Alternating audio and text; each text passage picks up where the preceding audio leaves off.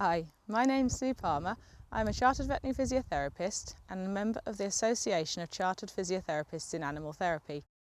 My speciality is in looking at the combination of physical issues in relation to behavioural issues. I have my BHSAI qualification and also Equine behaviourist qualification in that I'm an Intelligent Horsemanship Recommended Associate. I'm a holder of the Monty Roberts Preliminary Certificate in Horsemanship, and I was physio on tour with Monty Roberts in the UK for a number of years. So I'm particularly interested in how behavioural issues are manifested because of physical issues. So the only way that your horse can describe that he's in discomfort is through changing his behaviour or changing his performance. And that's really my mission, is to look at the horse's behaviour, the horse's performance, and see whether there are potential physical issues relating to that behaviour and that performance.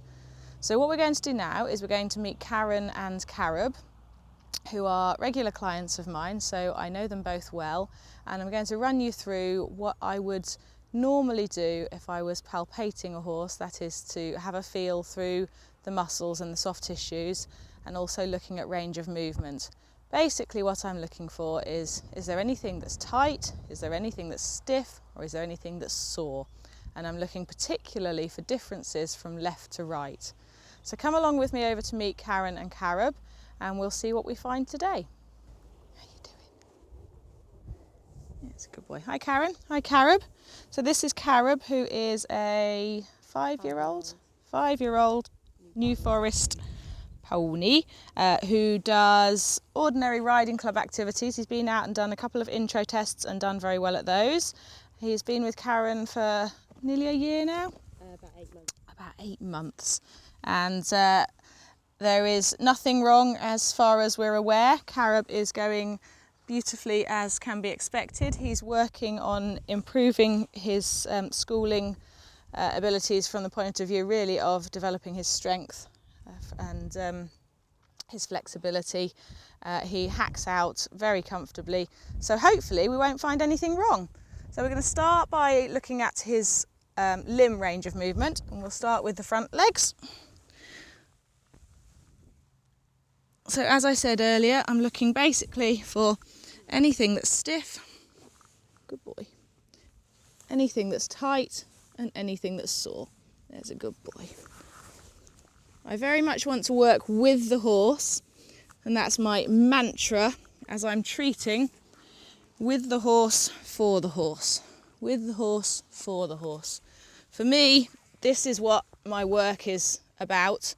I know to a degree it has to be for the client, because it is, of course, all about what the client is looking for, but my mantra is with the horse, for the horse.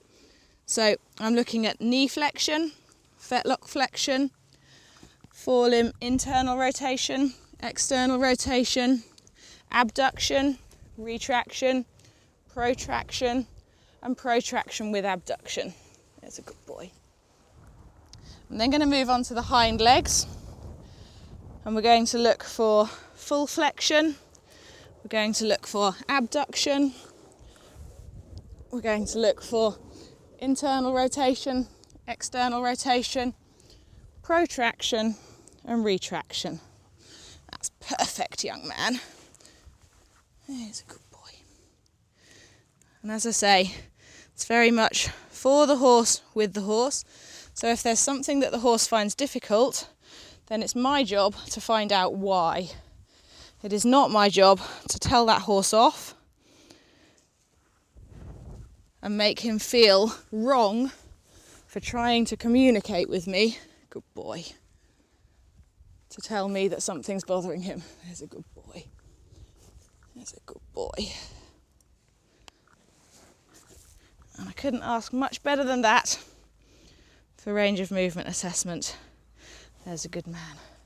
So no pain reaction, no restriction in movement, no stiffness in any of those legs as far as I'm concerned.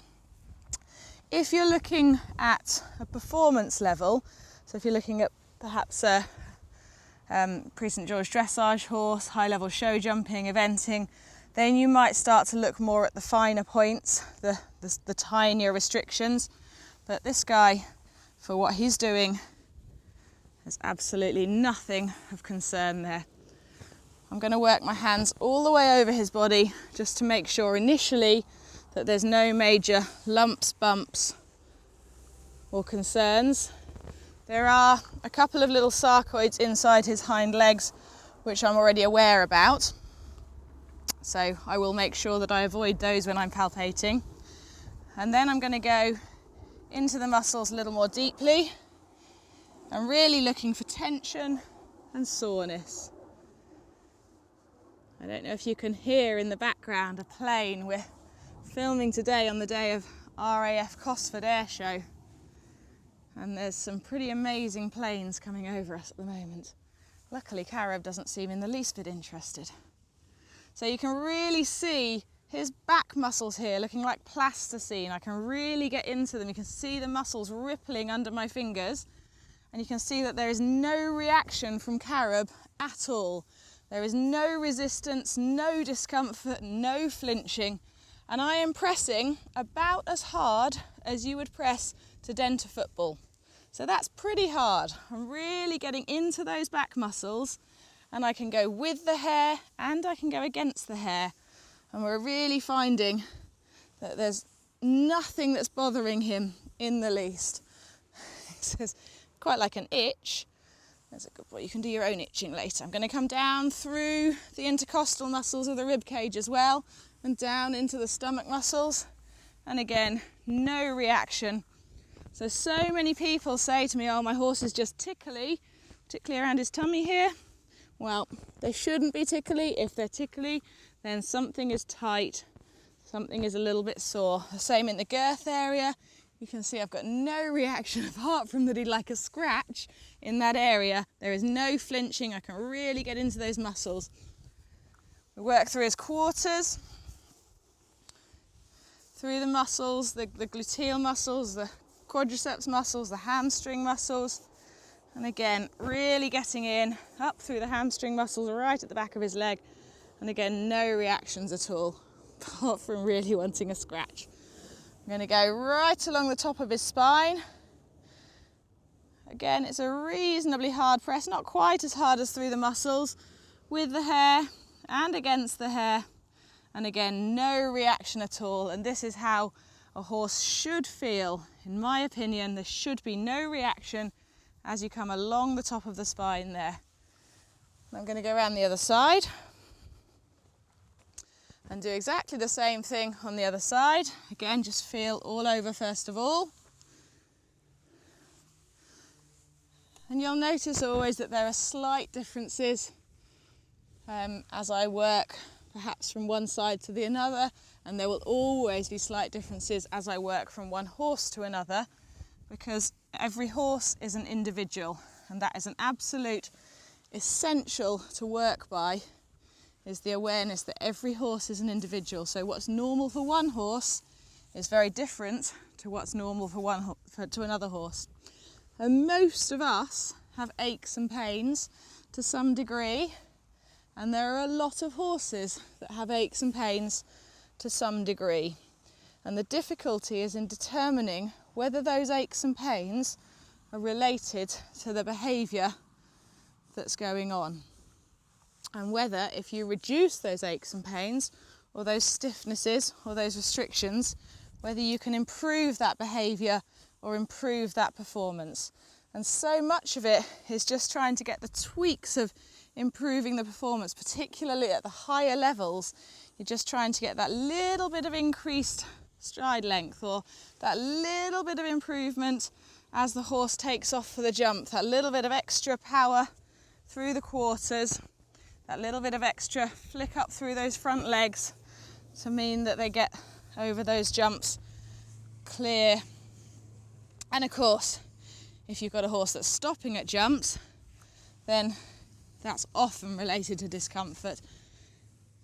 Discomfort through the feet, through the limbs, so lameness will often show up as tightness somewhere in the body.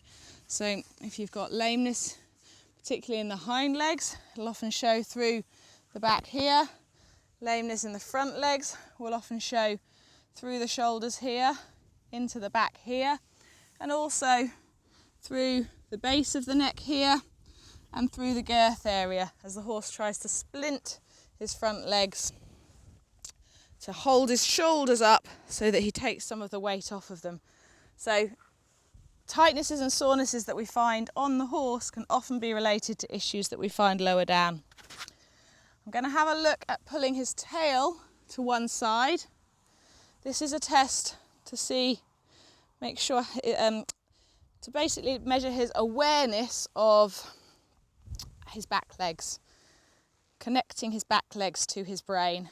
And he's pretty good there, he's really strong with that tail pull there.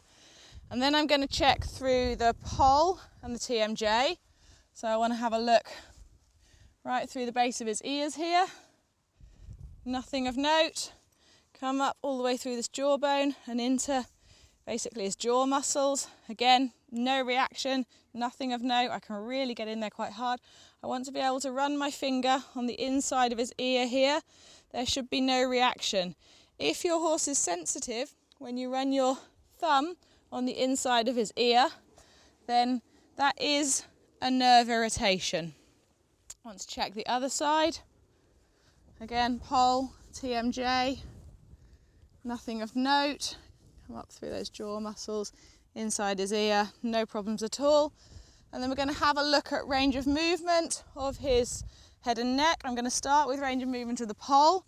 So we'll start with asking him to flex his head and neck to the side, but at the top of his head and neck. Lovely movement there. You can hear the little movement through his jaw, a little rotation through the top of his neck there. Flexion. Mr. Tired Boy. That's it. So he bends his head in, chin in towards his chest. An extension. Beautiful extension there. And I'll do that flexion and extension from the other side as well so that you can see. So again, asking him to laterally flex his neck, so to bend his head round towards me, which gives some bend at the top of his neck. That's lovely. A little bit of rotation here. No restriction there and no resistance, no pain reaction. And again, flexing. We could perhaps have slightly more, oh no, he says actually, I can flex beautifully if you put the rope underneath my chin. And then into extension. Beautiful extension there. There's a good boy. And then I just want to check full neck range of movement. So I want him to ask him to bend his head and neck all the way around. Yeah, perfect. Again, no restriction, no pain reaction, no resistance, no soreness. There's a good boy. There's a good boy. And we'll bend that head and neck round.